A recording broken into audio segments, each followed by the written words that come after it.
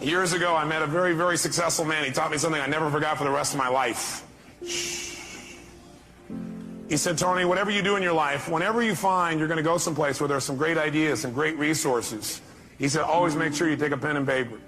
He said, because what you want to do is you want to be able to capture those ideas and cement them to paper so you can review them in the future. In fact, what he got me to do was to keep a journal, and I would highly encourage you, by the time you come to the next management session, or maybe even during a break today if you wanted to get yourself a hardbound journal. Hardbound journal meaning not a loose leaf. And you can get those in all kinds of stationery stores, some religious bookstores. And the bottom line is, if you keep a journal, you don't even write it every day, but when you get thoughts or ideas, you capture it there, you can't believe what'll happen. You'll start to accumulate a wealth of knowledge and ability and skills and resources that not only will help you, but you can help other people as well. I've been keeping journals myself now for about a dozen years. And I go back and review my life, and it has two real values, I think. One is, it gives you a chance to really see how much you've grown. Because how many of you have kids? I'm curious. How many of you have somebody come up and say, boy, your kid's really grown? You go, really? Because you're so close to them, you don't notice it as much. How many found that to be true? Guess what? It's even worse with yourself. Sometimes we don't give ourselves credit for the amount that we're growing, but I'll tell you one thing, if you keep a journal, it won't be hard to see how much you're growing. Because you'll see the kind of goals you had back then, the kind of things you thought back in those days, and you'll begin to see the evolution of your growth. Also, I personally believe that if life's worth living, it's worth recording.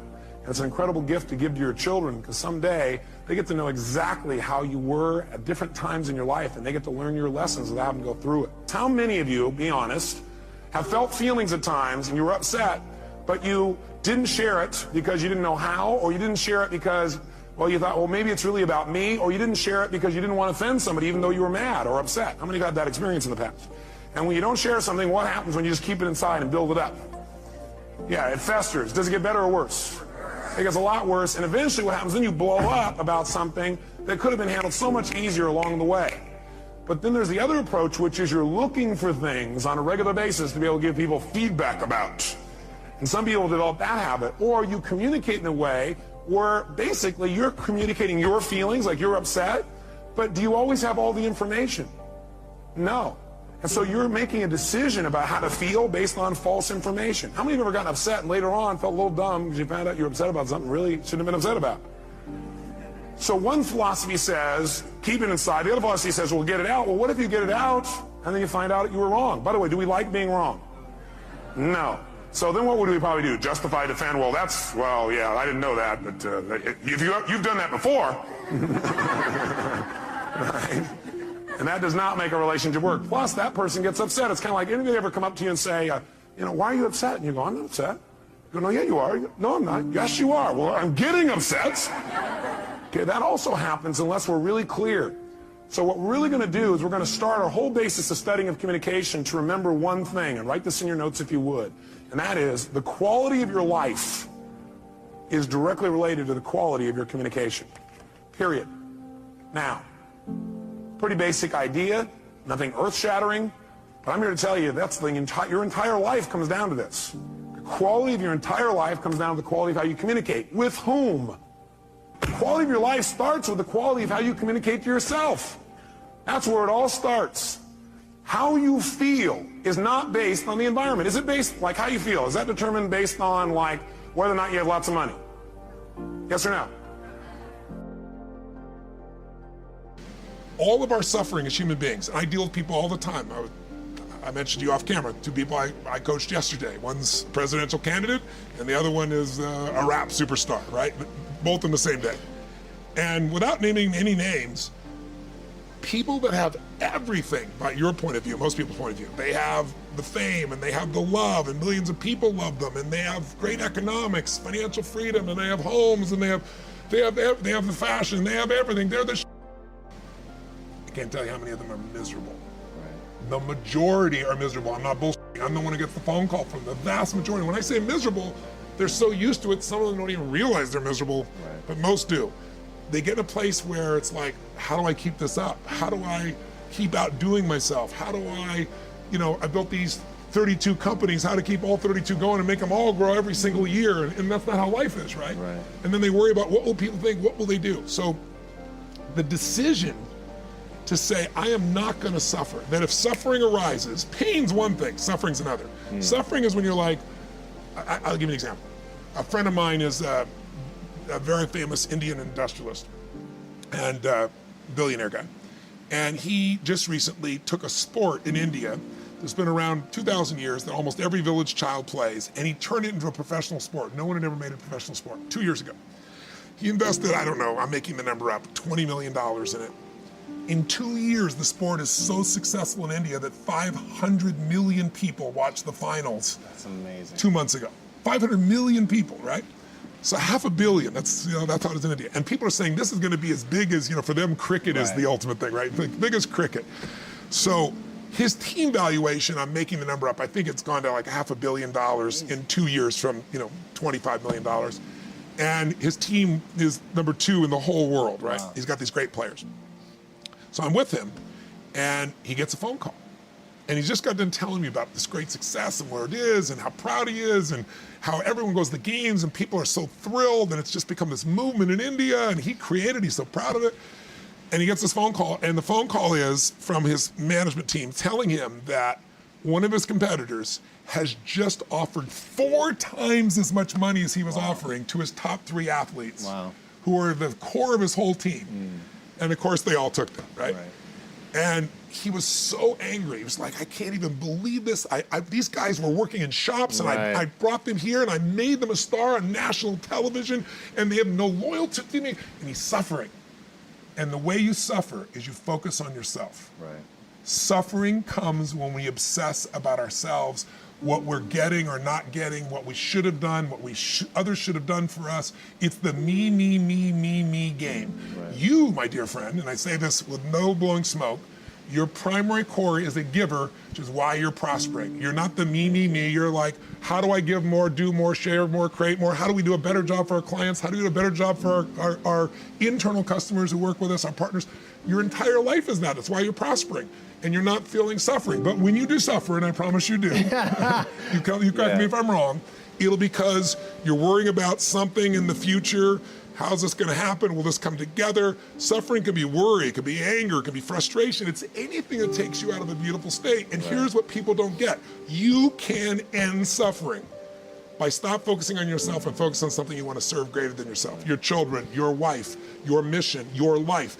You can get out of it in an instant because the nature of the human mind is to constantly compare things.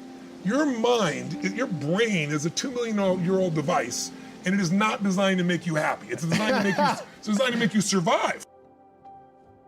Ordinary just simply isn't enough. Ordinary is when you want to become average and to fit in. But to get to extraordinary, what you do is you have to consult the invisible place within yourself. And this is called your soul. And your soul, well, I jotted down a few words about the soul based on a lecture I heard from a great teacher of mine who lived in Bulgaria. He was an initiatic science teacher. And his lecture was very profound. And I wrote these words after listening to one of his recorded lectures. He said, the ideal of the soul, the thing it asks for, is neither knowledge, nor light, nor happiness. The ideal of the soul is space, immensity. The one thing your soul needs is to be free. Free to expand and reach out and to embrace the infinite. Yes, the ideal of the soul is infinity. It is miserable when it is circumscribed and restricted. It is a fragment of the universal soul, which is infinite. That's what I speak about here in this program. The need to move beyond just fitting in. The need to move past being circumscribed. The soul does not like when you get fenced in, when it is told what to do, when it's told it has limitations, when it's told it can't become that. And so many of us go through our life with these enormous limitations that we've placed upon ourselves that have been handed to us from the time that we were little boys and little girls. If you would like to accomplish something, you must first expect it of yourself. And my question to you is, what do you expect of yourself? Do you expect to be able to perform miracles, to attract into your life the kind of prosperity that you are entitled to? Do you expect that you can manifest the kind of relationships that you would like? In order to be able to have these kinds of expectations for yourself, you have to make a dramatic change, a dramatic shift. You must change what's possible for you and what you believe is possible for you. But the question becomes, who am I? You know, I've been teaching philosophy for 40 years now, either at the high school level or junior high school level or university level, graduate school, and now in stages all over the world and in front of audiences such as this, watching at home and here this evening. Who are you? And what is real? My teacher in India, his name was Nisargadatta Maharaj. He was asked the question, Swami, what is real? Master, what is real? And his response was, that is real, which never changes. So what part of you is real by that definition? Who are you that never changes? So-called unhappiness is also a childish way of trying to change things by being as unhappy as you can about them. And the underlying unconscious or semi-conscious assumption is, if I'm really unhappy, somebody, perhaps God, is going to do something about it, or I'm going to prove him wrong. I'm going to show him how dreadful it is, and then finally, this is an unconscious assumption behind the unhappiness, because you believe, if you're habitually and frequently unhappy, you believe that it has a purpose. it's an underlying assumption. Perhaps you wouldn't verbalize it in that way, but you believe that it works for you. Of course it doesn't, but things are going to change, but just need to be really unhappy so that God finally, even if you don't believe in God, this can still be the mechanism, the underlying unconscious assumption behind it. It's something's going to happen. And of course the opposite is true, because the more unhappy you are with something, the more you are stuck in the situation.